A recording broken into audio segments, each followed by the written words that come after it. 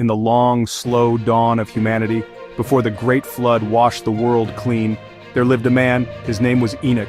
The world he was born into was young, but it was already growing dark. Humanity was spreading across the earth, and with it, a shadow was spreading too. Folks were turning away from the light, forgetting the source of their creation. Their hearts were filled with wickedness. Their minds were full of selfish desires. This was a time of giants and heroes, a time of legends whispered on the wind. Yet it was also a time of deep spiritual decay, a world teetering on the brink of judgment. Few could see the coming storm.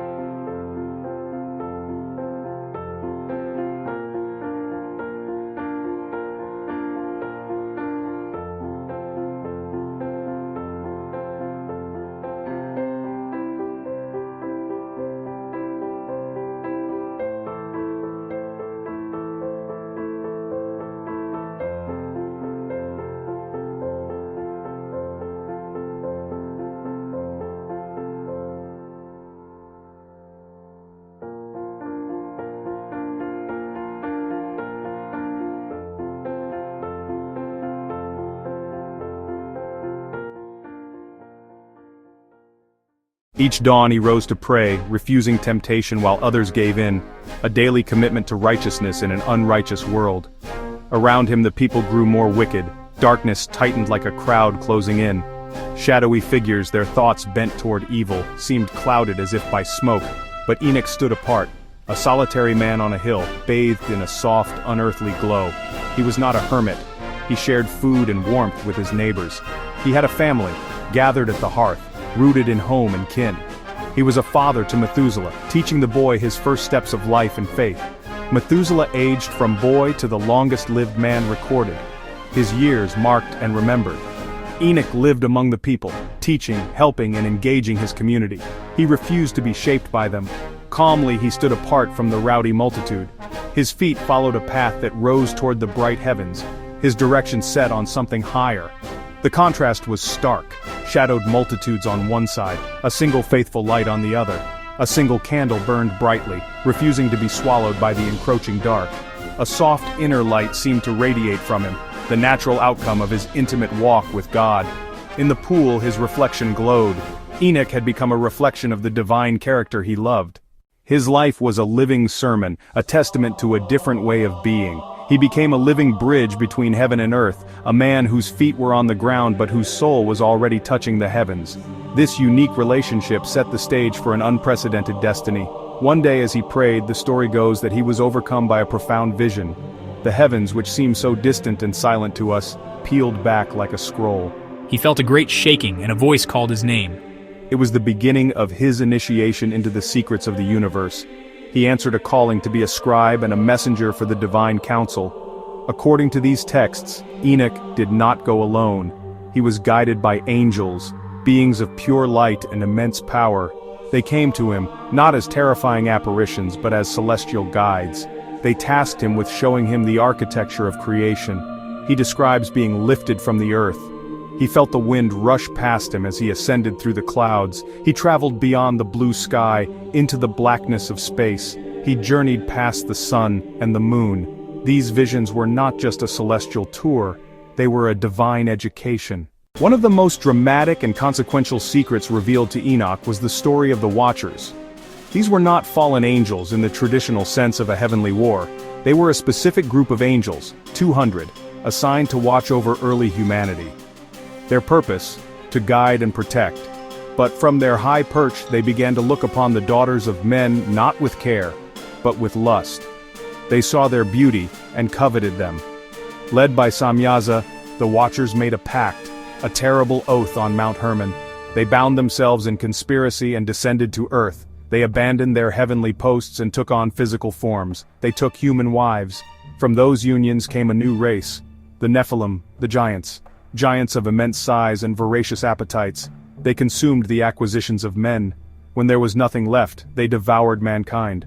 The corruption did not end there.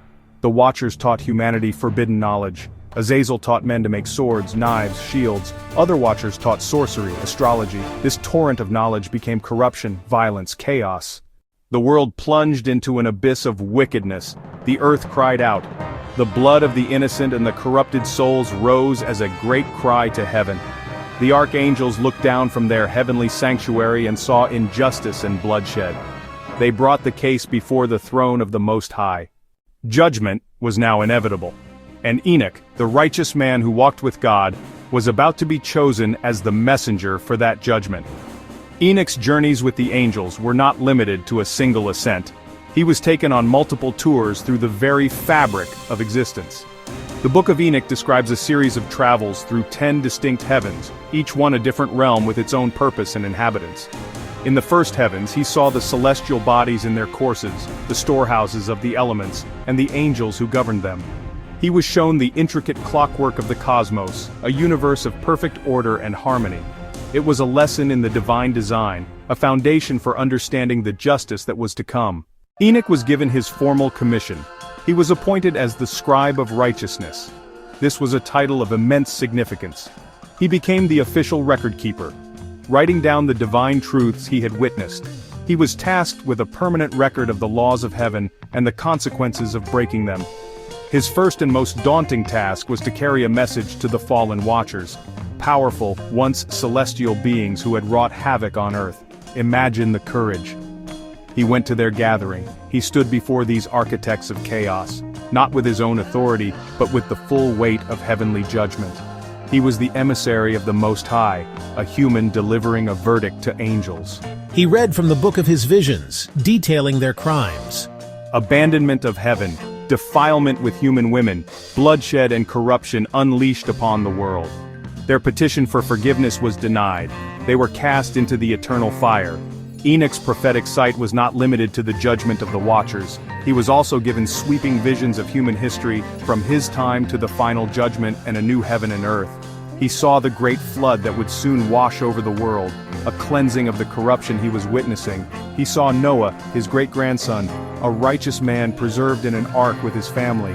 This was a vision of judgment and mercy, destruction and preservation, a repeating pattern.